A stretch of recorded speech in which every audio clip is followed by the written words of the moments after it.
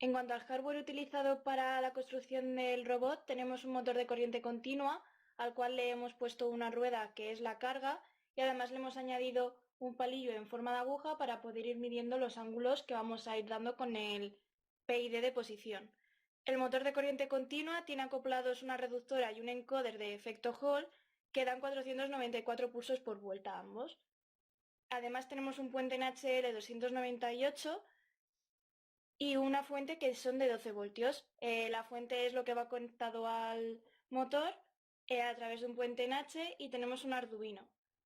En cuanto al software, tenemos dos niveles, el Arduino que acabo de mencionar para el control y para los PID, y por último MATLAB, que lo hemos utilizado para hacer la interfaz gráfica.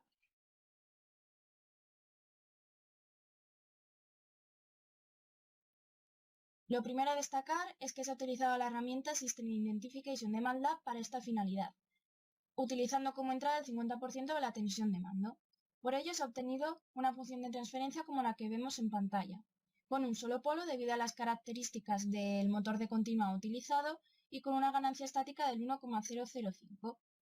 Además, se ha obtenido una precisión del 89% para esta función de transferencia, que traducido en la gráfica que vemos es que la salida sigue muy bien a un escalón del 50%.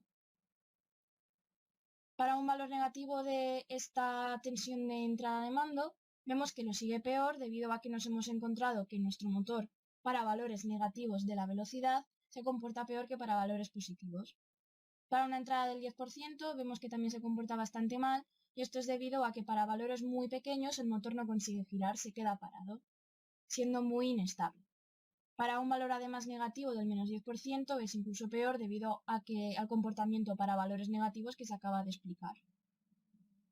Para una entrada del 100%, al ser un valor también muy extremo, vemos que también se va a sobrepasar debido a lo que se acaba de explicar del motor. Para los valores extremos se comporta muy mal, siendo además mucho más acusado este comportamiento con un valor negativo del 100% debido también a lo explicado. Por último, se ha simulado una carga descentrada que ha consistido en la práctica en añadir una goma al extremo de la rueda que consiste en nuestra carga centrada. Por tanto, esta carga que está aquí acoplada, para una entrada del 50% va a crear un sistema oscilatorio, una salida oscilatoria. Pasando lo mismo con esta carga descentrada para un menos 50% de la tensión de mando. Para el control de velocidad y de aquí adelante, la carga acoplada al motor consistirá en una pequeña pieza de metal con bastante inercia acoplada con una rueda de plástico. El modelo en Simulink que utilizaremos será este, con el regulador PID delante de la función de transferencia que teníamos previamente y el modelo en cadena cerrada. Tras introducir el PID en el PID Tuner, obtuvimos los valores de K sub P 0,373 y K sub I 0,289, que nos dieron estos valores de tiempo de establecimiento y de pico. Como vemos, la velocidad teórica que nos daba este regulador era esta y la velocidad real era esta. Como vemos, tiene un poco más de sobreoscilación, pero no es algo excesivamente grave y el tiempo de establecimiento es bastante pequeño, así que consideramos este regulador como el óptimo. A continuación, lo que hicimos fue una linealización y una eliminación de las zonas muertas del motor. Aquí representamos los valores de tensión aplicada frente a los valores de tensión obtenida que tuvimos para todos los valores de tensión de 5 en 5. Y mediante este gráfico de aquí se trazaron las rectas de regresión manualmente.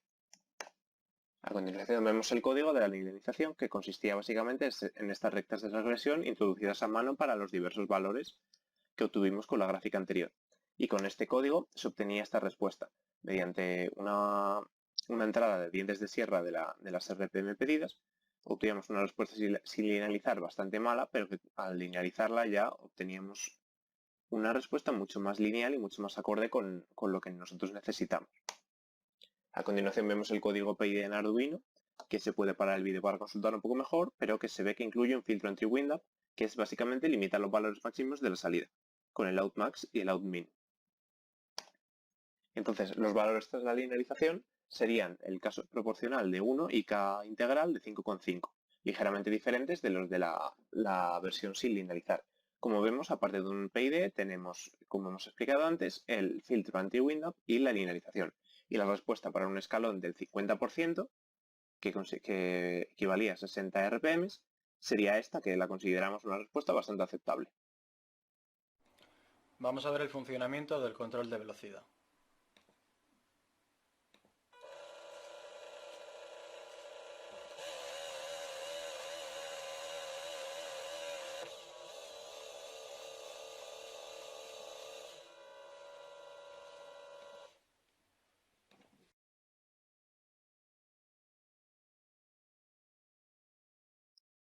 En cuanto al control de posición, vamos a realizar una serie de consideraciones. En primer lugar, la carga será el mismo cilindro que teníamos antes con la misma rueda, y a la hora de ajustar el PID de posición seguiremos estas reglas. En primer lugar, al ser de posición, la acción integral no va a ser necesaria por encontrarnos un 1 partido de s en la función de transferencia. Como vemos, la derivativa empeorará la respuesta, por lo tanto, la manera de elegir el regulador proporcional será probando. Tras probar varios intentos, obtuvimos que el valor óptimo para la K proporcional sería del valor 1. Para fijar el 0, coincidiremos el motor con la posición que nosotros elijamos como el 0, mediante un palillo que ataremos a la rueda del motor. En cuanto a la zona hábil del motor, estableceremos que será de 170 y menos de 170 grados, sin que pase por la zona de atrás, porque si estuviéramos realizando un robot escara o doble escara como otros años, realmente nunca pasaría el robot por esa zona de detrás. Además, no tenemos zona muerta, ya que hemos linealizado y hemos eliminado las zonas muertas del motor, y vamos a implementar también un filtro anti-wind-up, porque el código del regulador es el mismo y por tanto, si lo incluye el de velocidad, también lo incluye el de posición. Entonces, como vemos aquí, los valores del PID de posición pues son 1 para el proporcional y 0 para el resto. Y también hemos incluido, como hemos explicado antes, el filtro anti-wind-up y la linealización para evitar zonas muertas. Y aquí vemos la respuesta del motor frente a un escalón de posición de más o menos 90 grados. Como vemos, sube bastante rápido, en menos de un segundo, incluso de medio segundo, y se establece rápidamente. Y como hemos probado aquí con otro valor de ángulo, que sería en menos 135 grados, también baja con bastante velocidad en menos de un segundo. Así que es un regulador bastante aceptable. Ahora vamos a enseñar el funcionamiento del control de posición.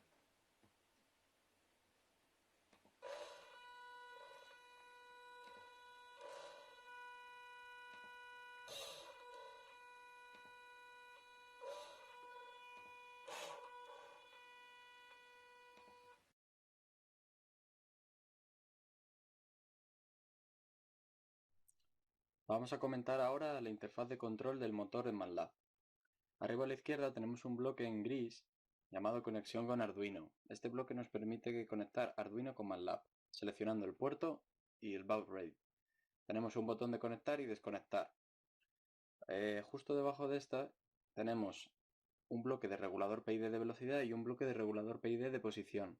Aquí introduciremos los valores de K sub P, K sub I y K sub D, y cuando queramos actualizar pulsaremos el botón.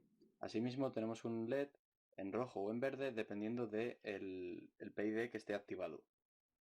En la columna central tenemos la selección del regulador. Aquí tenemos un botón para parar el motor en caso necesario y un switch para elegir entre el PID de posición y el PID de velocidad.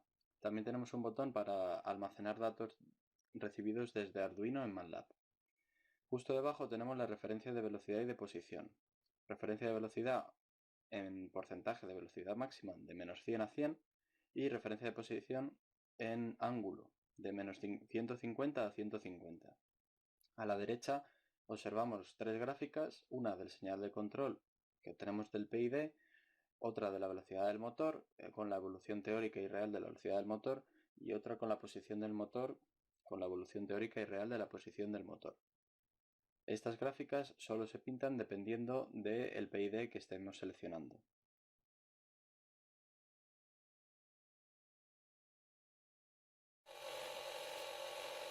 Ahora vamos a ver qué ocurre si cambiamos del PID de velocidad al PID de posición.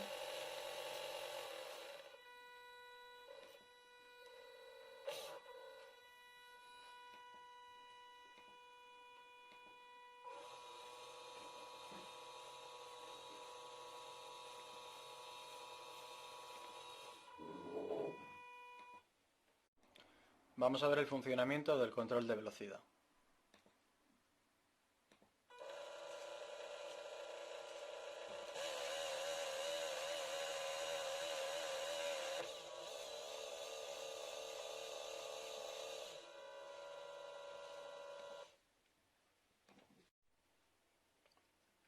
Ahora vamos a enseñar el funcionamiento del control de posición.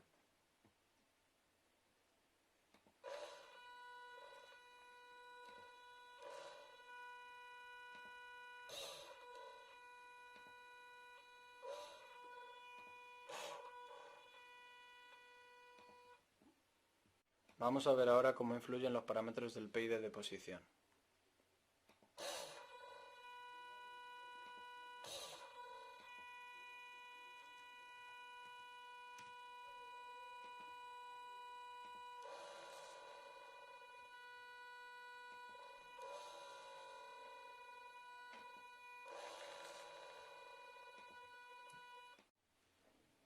Ahora vamos a mostrar cómo se cambian los parámetros del PID de velocidad.